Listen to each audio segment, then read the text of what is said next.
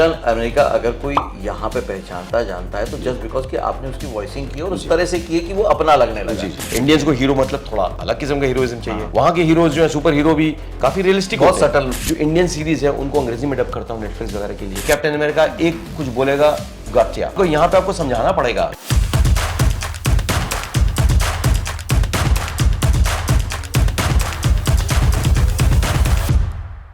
Hello friends, welcome to Join Films Academy the practical film school. मैं हूं आपका अपना वीरेंद्र राठौर और आप देख रहे हैं बॉलीवुड का Google join films YouTube channel.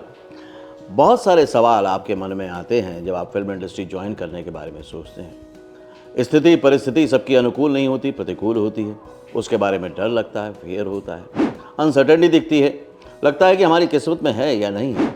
बहुत सारे ऐसे सवाल हैं जो आप जानना चाहते हैं उनसे जो इन रास्तों पर चले हैं, जिन्होंने इसको जिया है और उसके बाद सफल हुए हैं। तो इस सेक्शन में हम आपको उन्हीं की बात बताएंगे, उन्हीं की ज़बानी, जिन्होंने इसको जिया है, इसको झेला है और इसको पार पा के सफलता हासिल की है। आपने एक्टिंग के साथ साथ वॉइस एक्टिंग पे भी काम किया हुआ है। जी। वो कौन कौन से प्रोजेक्ट थे और वो क्या एक्सपीरियंस था? मैंने अपने करियर की शुरुआत में ही मैं वॉइसिंग करता था, मुझे मज़ा आता था अलग अलग आवाज़ें बदलने में। तो मैं पपेट फिल्म्स में वॉइस देता था, पपेट्स की, कभी तोते की आवाज़, कभी खांसते हुए बुड्ढे की आवाज़, फला ढिमका।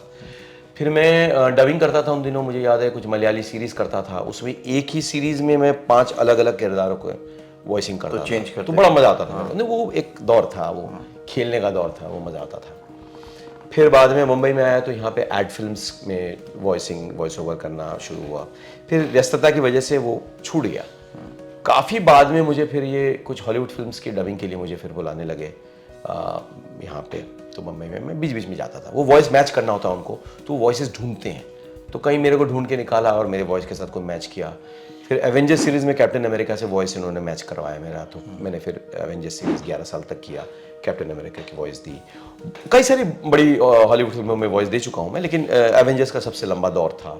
फिर अब ये हो गया है कि वॉइसिंग का काम निरंतर बढ़ता जा रहा है, क्योंकि नेटफ्लिक्स, अमेजोन और तमाम जो वेब चैनल्स हैं ये इंटरनेशनल सीरीज़ को इंडियन लैंग्वेजेस में डब करते हैं और इंडियन सीरीज़ को इंटरनेशनल लैंग्वेज में डब करते हैं। तो मैं इंग्लिश और हिंदी चूँकि दोनों में माहिर हूँ तो मैं कर लेता हूँ। तो मैं जो इंडियन सीरीज़ है उनको अंग्रेज़ी में डब करता हूँ नेटफ्लिक्स वगैरह के लिए, और जो अंग्रेज़ी की सीरीज़ है उनको हिंदी में डब करता हूँ। कोई तमिल फिल्म है उसको इंटरनेशनल रिलीज़ करना है तो उसमें मैं इंग्लिश और हिंदी दोनों में डब कर लेता हूँ। तो ये चलता है। कांतारा में कोई वॉइस दे दिया, या मतलब ये तो हो गया दिल्ली क्राइम को अंग्रेजी में वो कर दिया। मेरे ही कलीग जो इसको हिंदी में कर रहे हैं उसका मैं अंग्रेजी में मेरे ही कलीग है जिनके साथ काम कर वो मैं कर रहा हूँ। तो ये अभी चल रहा है, इनकी ज़रूरत बढ़ गई है इसलिए कंटिन्यूस है। लेकिन जैसे आपने बताया कि कैप्टन अमेरिका आपने 11 साल तक ऑफिशियल वॉइस किया। पहले होता भी था कि हॉलीवुड की फिल्में आती थी लेकिन ऑडियंस के बीच में इतनी पहचान नहीं बनी थी, लेकिन अब जबकि डबिंग पे बहुत स्पेशली ध्यान दिया जा रहा है, बहुत अच्छे अच्छे एक्टर्स को उसमें लिया जा रहा है, तो एक फर्क पड़ा है। मतलब कैप्टन अमेरिका अगर कोई यहाँ पे पहचानता जानता है तो जस्ट बिकॉज कि आपने उसकी वॉइसिंग की और उस तरह से की है कि वो अपना लगने लगा। ये जो तरीका बदला है डबिंग करने का, ये कितना बदला है? देखिए, पहले अभी डबिंग तो चूंकि जब से डिजिटल टेक्नोलॉजी आई है थोड़ा सा आसान हो गया है मैच करना। उससे पहले बड़ा मुश्किल होता था, क्योंकि आपको एनालॉग में क्या होता था कि वो सीन बड़े स्क्रीन पे दिखाया जाता था, आपको तुरंत उसी वक्त उसको पूरा का पूरा डायलॉग आपको मैच करना पड़ता था। राइट। और आपको वॉइस बहुत ज़्यादा थ्रो करना पड़ता था, क्योंकि वो स्पीकर्स अलग होते थे सिनेमा स्क्रीन में, तो हर चीज़ लाउड होता था। स्टीरियोफोनिक साउंड से पहले, उसके बाद स्टीरियोफोनिक साउंड आया तो उसको और लाउड चाहिए।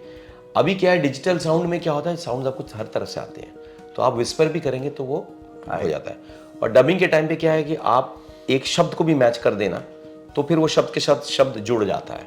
पहले ये सब नहीं था, पहले आपको पूरा का पूरा डायलॉग, अपनी फिल्मों में बहुत तकलीफ होती थी, आपने उस समय तो कर दिया जज्बे में एकदम, आप यहाँ पे पूरा का पूरा वो तब सोचते थे कि यार इतनी स्पीड में क्यों बोला मैंने, तोड़ तोड़ के क्यों बोला, मैं एक फ्लो में बोलता। उस समय आपने रियलिस्टिक कर दिया कि बकवास कर रहे हैं तुम, ऐसा कर दिया आपने, उसमें ये बहुत सारी चीजें आ गई। अब वो आप कैसे मैच करेंगे? यहाँ पे भी मुश्किल है, बहुत मुश्किल, क्योंकि लिप से पता नहीं चलता है कि क्या है। लेकिन नॉर्मली इसलिए हिंदी फिल्म के जो हीरो होते थे वो डायलॉग एकदम क्लियर बोलते थे। जाके कह दो कि वो आशान भैया आया है। अरे अरे उसे बता दो कि हम आ गए हैं, एक फ्लो में वो बोलते थे। हम लोग बनाओ उसको कि हम आए हैं, और बनाओ उसको कि ऐसे हम कर देना तो फिर वो ऊपर नीचे बहुत हो जाता है, तो उसको मैच करना बड़ा मुश्किल होता था। राइट। तो हिंदी फिल्म के हीरोज काफी मतलब माहिर थे कि वो राजकुमार, अमिताभ बच्चन, शत्रुघ्न सिन्हा, आप देखेंगे वो टेक्निकल बातों को कितने समझ के फ्लो में वो बोलते थे उन चीजों को, और उसको फिर इसलिए मैच कर पाते थे। Right. और लेकिन नसीर ओम वगैरह के अभिनय में आप देखेंगे वो काफी तोड़ तोड़ के डिकंस्ट्रक्ट करके चीजें बोलते थे, क्योंकि वो रियलिस्टिक डायलॉग होता था। वो ताली वाले डायलॉग नहीं होते थे, ताली वाले डायलॉग आपको डिलीवर करना पड़ता था, और रियलिस्टिक डायलॉग आपको महसूस करना पड़ता था, तो वो डब करना बहुत मुश्किल था।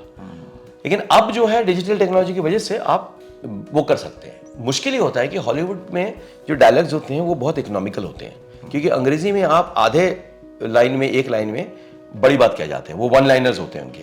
हमारे यहाँ अपनी भाषा में, हिंदी में खास करके, आपको बहुत ज्यादा व्यक्त करना पड़ता है। आप एक लाइन में नहीं सारी बातें कह सकते हैं। वहां पे कैप्टन अमेरिका एक कुछ बोलेगा, गॉटिया ऐसे कुछ बोलेगा, गॉट यू ऐसे बोलेगा, हो गया। पर यहाँ पे आपको समझाना पड़ेगा कि हाँ मैं समझ गया हूँ कि आप क्या कहना चाह रहे हैं। राइट। गॉटिया में नहीं होगा कि गॉटिया, गॉट यू मतलब आप क्या कह रहे हो, आपको बताना पड़ेगा। तो लेकिन उसको आपको मैच करना है, तो उसके लिए कुछ 3-4 शब्द निकाले जाएंगे, उन 3-4 शब्दों को से आपको समझ भी बनानी है, ऑडियंस तक भी पहुंचानी है, और यहाँ लिप भी मैच करना है। तो ये एक अलग साइंस है। एक तो ट्रांसलेशन का साइंस है कि वो अंग्रेजी से हिंदी में ट्रांसलेट होके वो मैच हो। दूसरा, वो जो कहना चाह रहा है वो हिंदी के ऑडियंस को समझ में आए। वो अंग्रेजी के मुहावरे नहीं चलेंगे ना, यहाँ पर अपने मुहावरे चाहिए, लोकोक्तियां चाहिए। तो वो सारी चीजों को फिर आपको वो जो है मैच भी करना है। कैरेक्टर तो उसने बिल्ड कर दिया है, कैरेक्टर तो ये नहीं होगा, लेकिन इंडियन इमोशंस को भी मद्देनजर रखना है। इंडियंस को हीरो मतलब थोड़ा अलग किस्म का हीरोइज्म चाहिए।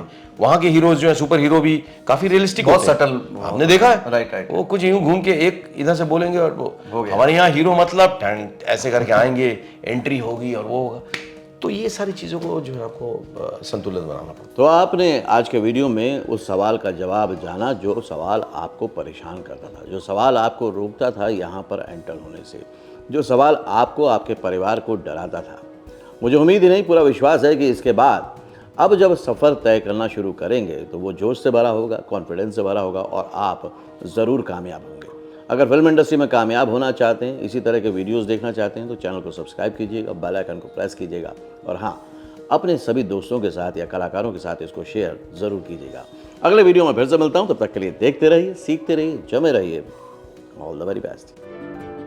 एक्टर बनने का सबसे आसान तरीका अवार्ड विनिंग एक्टिंग गुरु वीरेंद्र राठौर का best seller acting method switch on switch off acting method है। इस कोर्स से सीखकर आप भी कुछ ही दिनों में एक बेहतरीन एक्टर बन सकते हैं, जिसे साबित करते हैं इसके अमेजिंग Amazon और Google के ratings and reviews.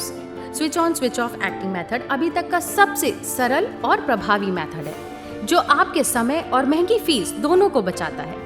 Switch on switch off acting method course book आपको Amazon, Flipkart, join films website पर अवेलेबल है।